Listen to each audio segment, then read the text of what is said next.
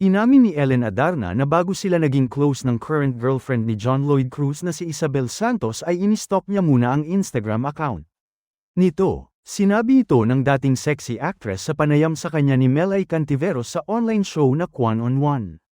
Say ni Ellen, curious lang siya dahil syempre, bilang ina, gusto niyang malaman ang pagkatao ng magiging stepmother ni Elias, anak nila ni John Lloyd Cruz.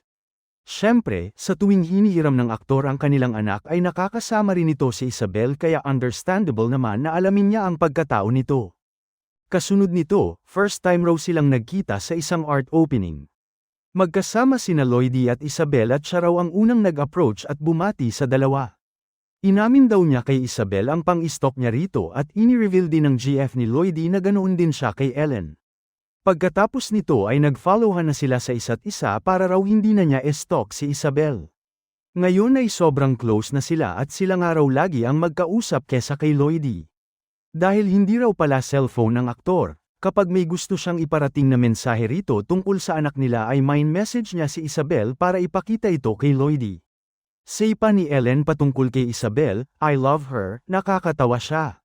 Kamakailan ay nagbakasyon sina Ellen Adarna, John Lloyd Cruz at Isabel Santos sa Amanpulo kasama sina Elias, Lily, anak nina Ellen at Derek Ramsey, at pamilya ng aktor.